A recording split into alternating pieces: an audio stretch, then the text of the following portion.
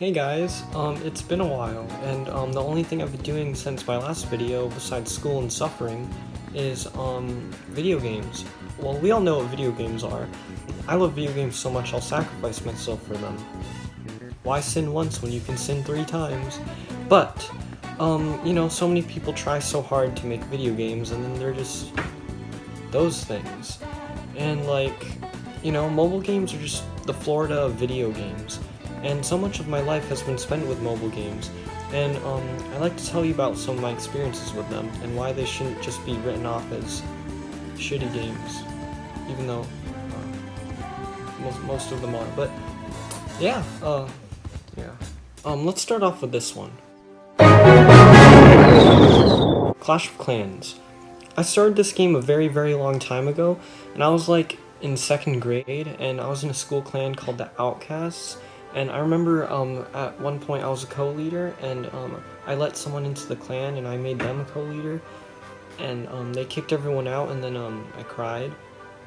I was in Lake Tahoe. This game is about having a base, defending it, and going to others and anti-defending it. The troop variations and building and defense variations are pretty cool, and this game is still pretty fun. However, this game has 2 big things I really hate about mobile games. The first one, pretty obviously, are microtransactions. While Clash isn't too in your face about them, the prices are kind of ridiculous, and I just hate them in general. The other thing is waiting. Waiting for towers to be upgraded and waiting for troops to be made are pretty annoying when you have nothing else to do. But to be fair, it's a mobile game and isn't supposed to be played for hours on end, like I tried doing as a little kid. Also, the gems can be obtained through other means besides buying, and pretty abundantly as well, so this game gets 70 idiots out of 77. Also, just to mention, I like a lot of the old ads they made for this game. They're not annoying, and they're pretty cool, actually. The next game we'll look at is Dead Ahead, because I feel it's one of my favorite games on this list, and I don't think I'll be able to hold your attention until the end. Dead Ahead is about some folks who are stuck in a place in a zombie apocalypse and need to GTFO. You drive on a variety of motorcycles to get away and run over zombos. A horde is also chasing you, so that's fun. You can shoot them with your guns, and there are quite a few of them, and it's pretty fun. It's just an endless runner with occasional ads that is pretty fun. Also, I should mention I'm quite fond of the pixel art style the game uses. The running hoodie zombie is actually the default Twitch subscription icon, I believe, so that's pretty nifty, I would say. If you have a few minutes to spare, I think this game is worth those few minutes, good sir. I give this game 76 idiots out of 77. This next game didn't come out too long ago, and is pretty cool, I would say. Brawl Stars is by the same company that did Clash, and is pretty fun. It's a game where you and your friends/randos can pick from a variety of brawlers to do fun 3v3 game modes, or the one other game mode that doesn't do 3v3. Each brawler feels relatively unique, though it's easy to feel which brawlers are better than the rest. One major flaw with this game is its pay-to-win attributes.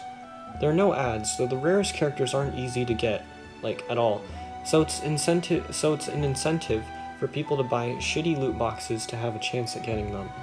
Like Clash, it has gems and other ways to get them besides paying, though here it's easier to feel the difference in power since it's in real time, and you're actively getting crushed by that guy who is a power 7 Barley, while you and your friends just play the common brawlers. Other than that, it's pretty fun, and I have a good time playing it with friends. Also again, I like the ads, they're also fun. 70 idiots out of 77. The next game I want to go over is a game by the people who made Fruit Ninja. Yeah, it's Stan the Man, a mobile retro beat-em-up. For what it is, it's pretty alright. It's fun enough, though the controls kinda throw me off. It's compatible with the controller, but then that way it's not as mobile as a mobile game should be. But if your console's getting repaired and you have the controller and just mobile games, play Dan the Man with the controller. It's fun. In this game, there's a campaign, adventure, and survival mode. The campaign is like the story, obviously, but what sucks is that after every level you have to wait for the next one to open up, like Clash of Clans waiting. In a game like this, it's totally out of place and annoying. It's just a blatant way to get people to pay money to skip the wait, but alright. The adventure mode, I actually haven't played much, but I just played the first level, and it's like a series of platforms, unlike the beat-em-up nature of most other modes. I really like the survival mode, and I played it the most when I only had mobile games, and it was really fun. I never could get very far, but it's pretty cool. After every run, however, there are ads. Ads, ads, ads. Damn. 60 idiots out of 77. Okay, this next one you've probably seen around. It's called Clash Royale, and it was also made by the people who made Clash of Clans and Brawl Stars. It's about collecting cards of certain characters so you can deploy them in battles against people in real time. You and your enemy have 3 towers each, and if the king tower goes down, which is the one in the middle, it's over. We already know they picked the card format so they could add in waiting and microtransactions, but this game is pretty dang fun. I like playing it with my friend Nathaniel. We stand NG35, and it's fun to just mess around with troll decks, especially when they work.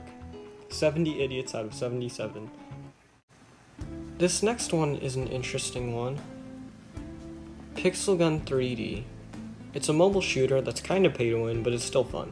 When you get down to it, Pixel Gun is just a generic shooter with Minecraft-esque graphics, but for what it is, it's pretty alright. Playing with friends will always catch you a good time, and it's just satisfying to get kills in the game. However, we have to mention the pay-to-win stuff. They always try to push offers and deals into your face, and make things seem like they're on sale and stuff, and it's so annoying. But it's alright. Also, this game is compatible with controllers, and it's pretty great. I enjoyed much of my time with this game. 65 idiots out of 77. Okay, now we'll do quick run-throughs of games that were popular but I couldn't get into, or I played and I don't have too much to say about. Fruit Ninja. Fruit Ninja is a game where you have a blade and slice through fruits that come onto the screen, and also bombs, but don't slice those. I mean, you probably know that. Everyone's played this game. As a kid, I was just bad, but it's fun enough. I'm just personally not into it. Slicing fruits for combos is pretty dang satisfying, though. Subway Surfers. Subway Surfers is an endless runner that takes place in a subway. Well, not anymore. And you play as a kid who's about to be arrested. I never played this game when I was younger, and I literally played it like a few weeks ago for the first time. But, you know, it's fun to move around your character, and the environment is pretty cool, and moving between things feels dynamic and pretty cool. Temple Run. Subway Surfers is better. Temple Run is an OG mobile game that's also an endless runner, and you play as not Indiana Jones, as you run from a band of monkeys trying to kill you for taking their treasure. Okay, well, it's also pretty fun, but ads. It has so many ads. Also, I never liked the motion controls and tilting to move budget Nathan Drake. Also, other than that, it's pretty fine. Neko Atsume. This game is really nice. It's funny, and there are cats and stuff, and it's just, you have to try it, man. You just have to try it to see what it is. But basically, Neko Atsume is a game where you create a backyard paradise for cats that stop by, and some cats are rarer than others. They're all really amazing and cute, and you should definitely try it out. Drive Ahead. A really fun game that they keep changing for some reason, and now it has waiting and microtransactions, so that's fun. It's a game where there are 2 cars with open ceilings, and you need to smash their head in any means possible. Hitting them, bumping them into the wall, floor, or straight up trick-shotting them can get you a point. It's kinda worth checking out, but I wish they stayed with the old formula that I enjoyed when I was younger. Shadow Fight. A game with an actually kinda interesting premise. It's a fighting game about a man who's cocky, and fought a bunch of people and won every time, and blah blah blah, he opens the dark dimension and gets turned into a shadow. He's doomed to fight the dark dimension demons over and over until eternity. Pretty grim. It's pretty fun, though to me the controls are kind of weird and sometimes unresponsive, but it's the best it can be as a mobile fighting game. Also, weirdly, it doesn't support controllers. Identity V, the game that started off the Gross Game series that I haven't done in forever. It's Dead by Daylight but mobile, and it has a more distinctive art style. It's very enjoyable, and for what it is, I really enjoyed it. Among Us. I don't really need to talk about this game because you've probably played it. I mean, it's literally free on the App Store, so just play it and get your own opinion, bitch.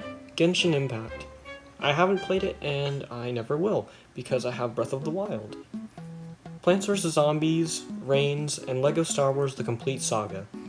Those are some games that aren't mobile games, but I played them on mobile, and they're some of my favorites. They're really good. They're definitely worth getting into. And then last is my favorite mobile game, Snapchat. No, I'm just kidding. It's Jetpack Joyride. This freaking game, oh my god, it's just Jetpack Joyride. There isn't really much more I can say, but I'll try. It's an endless runner with power-ups, vehicles, and many things trying to kill you. You glide through lasers, missiles, electricity beams, and other stuff. You can also kill scientists, so that's a plus. And the music. Ooh, the music. Just listen to this. Also, the shop music is really chill. This is a perfect mobile game. It has no ads, and the microtransactions are kept to minimal.